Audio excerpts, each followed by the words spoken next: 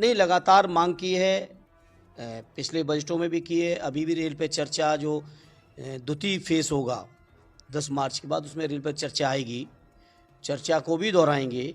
चर्चा के साथ साथ व्यक्तिगत तौर पर भी मैं कई बार मंत्री, रेल के जो शीर्षस्थ अधिकारी हैं, उन सबसे मिलके आजमगढ़ के लिए प्रमुख रूप से दिल्ली के लिए, मुंबई के लिए, लखनऊ और इलाहाबाद के लिए लगातार हमारी मांग जारी है।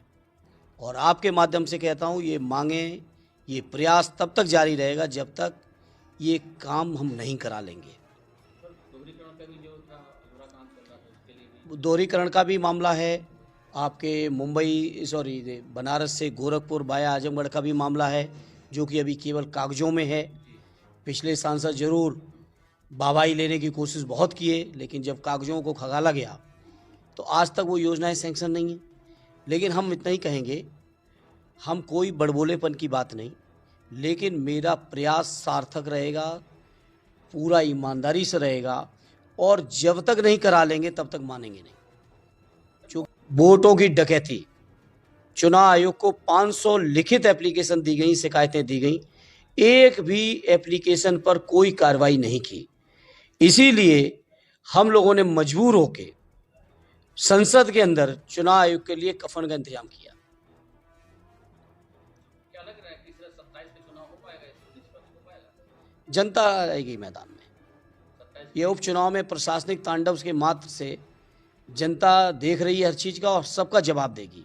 और अभी लोकसभा में दिया है, कोई नई बात नहीं है। तो क्या लग रहा है कि लोकसभा में बहुत बेईमानी के बावजूद हमारे अलायंस की 43 सीटें जीती, 5 सीटें काउंटिंग में हराई गईं, और काउंटिंग से पहले की जो बेईमानी थी वो अतिरिक्त थी। अगर निष्पक्ष चुनाव होता तो 43 की जगह 60 से ज़्यादा सीटें हम लोग लोकसभा में जीत चुके थे। क्या रणनीति रहेगी 27 के लिए? अब रणनीति बता देंगे तो रणनीति का तो आगे वो दूसरा इंतजाम कर। लेकिन हाँ, एक चीज़ ज़रूर है, पीडीएफ परिवार प्रदेश का जनमानस आदरणीय अखिलेश जी के नेतृत्व में मजबूती से खड़ा होगा, और मैं समझता हूँ इस तरह की हर बेईमानी का जवाब जनमानस लोकतांत्रिक तरीके से देगा। दिल्ली में सर केजरीवाल जी की हार का कारण क्या रहा? कुछ मानते हैं कि चुनाव आयोग रहा उसमें जिम्मेदार या जनता रही? नहीं, चुनाव आयोग तो हर जगह शामिल है, महाराष्ट्र में भी शामिल था। चुनाव आयोग ही उनका सबसे बड़ा टूल बना हुआ है। महाराष्ट्र में भी थे, दिल्ली के लोगों की भी यही शिकायत है। उत्तर प्रदेश में हम लोगों ने अभी जो 9 इलेक्शन हुए थे उनमें भी तांडव देखा है, मिल्कीपुर में भी तांडव देखा है। तो ये तो सब चीज़ें अपने साथ चली रही हैं, लेकिन बाकी मैं सोचता हूँ आम आदमी पार्टी और वहाँ के लोग समीक्षा करेंगे। उत्तर प्रदेश के लोग अब तैयार हैं आदरणीय अखिलेश जी के नेतृत्व में 27 में एक मजबूत और ऐतिहासिक सरकार बनेगी। सर, एक तरफ तो मोदी जी और ट्रम्प जी की दोस्ती बड़ी प्रगाढ़ है, और एक तरफ जो है भारतीयों को वीडियो में जकड़ दी। अब इसका जवाब तो प्रधानमंत्री जी को देना चाहिए, सरकार में बैठे लोगों को देना चाहिए। मैं समझता हूँ जहाँ आज़ादी का अमृत महोत्सव मना रहे हैं देश, इतने दिनों में 75 सालों में कभी भी देश के नागरिकों का इस तरह का अपमान नहीं हुआ। जिस तरीके से बंदी बना के, हाथ और पैर बांध के लोगों को खाना नहीं मिला, वही आप समझ सकते हैं कि अमेरिका से चले थे, कम से कम 15 से 18 घंटे की यात्रा रही होगी। लोग मूलभूत सुविधाओं से वंचित थे, वॉशरूम नहीं जा पाए, खा नहीं पाए, बच्चे, महिलाएं, बुजुर्ग हाथों में बेड़ियां, पैरों में बेड़ियां डाल के जिस तरह से भेजे गए, ये बहुत दुर्भाग्यपूर्ण है। और मैं समझता हूँ देश का गौरव इससे बहुत गिरा है। इस बात को संसद में भी समाजवादियों ने बहुत मजबूती से उठाया था। अब प्रधानमंत्री जी गए हैं, दोस्ती निभा रहे हैं, बहुत अच्छी बात है, लेकिन इन देश के लोगों के स्वाभिमान की भी चर्चा उनको वहाँ करनी चाहिए थी। जो वक्त का सर बिल आ रहा है, उसके लिए जेपीसी से हो चुका है, और उसका विरोध मुस्लिम संगठन कर रहे हैं, लगातार कह रहे हैं कि हमारे ये हितों पर ये सरकार हमला कर रही है। पूरी तरह से कुठाराघात है। जो वक्फ की ज़मीनें हैं, उन ज़मीनों पर भारतीय जनता पार्टी के लोगों की निगाह है। रक्षा की ज़मीनें लोगों को कौड़ियों के भाव बेची गई, रेल की ज़मीनें बेची गई, अब वक्फ की ज़मीनों पर इनकी निगाह है। क्योंकि जो वक्फ का आज का कानून है, इस कानून के हिसाब से ही ये ज़मीन नहीं कब्जा कर सकते थे, इसलिए कानून में संशोधन लाए हैं। जेपीसी बनी ज़रूर थी, अच्छी बात थी, लेकिन जेपीसी में किसी भी विपक्ष के सांसद की कोई भी राय, कोई भी संशोधन स्वीकार नहीं किया गया। और हद तो तब हो गई जब उनका असहमति पत्र जो होता है, जो संसद किसी भी सांसद को समिति में हक है कि वो असहमति पत्र दे सकता है, और वो कमेटी की रिपोर्ट का हिस्सा होता है, वो कमेटी की रिपोर्ट का भी हिस्सा नहीं बनाया गया था। इसीलिए जब अभी परसों पेश हो रहा था बिल दोबारा समिति का, रिपोर्ट आ रही थी, तो हम लोगों ने विरोध किया। विरोध के बाद जरूर गृह मंत्री जी ने भी कहा और स्पीकर साहब ने भी व्यवस्था दी कि उनकी असहमति को इस रिपोर्ट का हिस्सा माना जाएगा। हालांकि बिल का हिस्सा नहीं माना, केवल रिपोर्ट का हिस्सा माना है।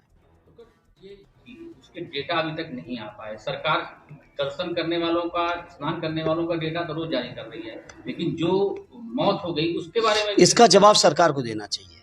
और जिस दिन से घटना हुई है, आदरणीय राष्ट्रीय अध्यक्ष जी और पूरी समाजवादी पार्टी प्रेस के माध्यम से, संसद के माध्यम से, हर प्लेटफॉर्म पर ये सवाल कर रहे हैं, लेकिन आज तक इस बात का जवाब नहीं है। कल ही मैं सुन रहा था मुख्यमंत्री जी अपनी पीठ थपथपा रहे थे कि 49 करोड़ से ज़्यादा लोगों ने स्नान कर लिया। अगर 49 करोड़ के स्नान करने वाले श्रद्धालुओं की गिनती कर सकते हैं, तो आखिर मृतकों की गिनती क्यों नहीं दे पा रहे? आखिर जो लोग अभी भी लापता हैं उनकी गिनती क्यों नहीं दे पा रहे?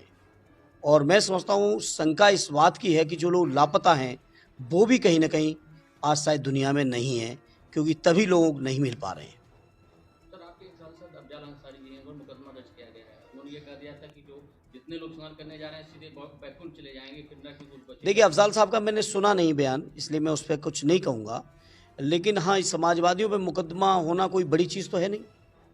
अभी कल ही रात लखनऊ में जिस तरह का तांडव चल रहा है मनीष जगन अग्रवाल जी को लेकर, कोई मामूली बात है। और आज मैं सुबह देख रहा हूँ मीडिया पे, सोशल मीडिया के राष्ट्रीय अध्यक्ष जी के आवास के सामने छावनी बन गई है। सोचो, राष्ट्रीय अध्यक्ष जी के आवास के सामने छावनी बना दे रहे हैं। तो ये बीजेपी के लोग क्या कर रहे हैं क्या नहीं, क्योंकि इनके पास अपनी उपलब्धि बताने को, अपने किए हुए कामों को बताने के लिए कुछ नहीं है। केवल प्रशासन के लोग जो छावनी बनाने में लगे, अगर इतना ही प्रशासन कुंभ की व्यवस्था में लगाए होते तो शायद इतने लोगों की जान न गई होती, लेकिन उधर ध्यान नहीं था। उधर केवल विज्ञापन हो रहा था, प्रचार हो रहा था, प्रसार हो रहा था, और सीना ठोका जा रहा था कि हम ये कर रहे हैं, हम 100 करोड़ का इंतजाम कर रहे हैं।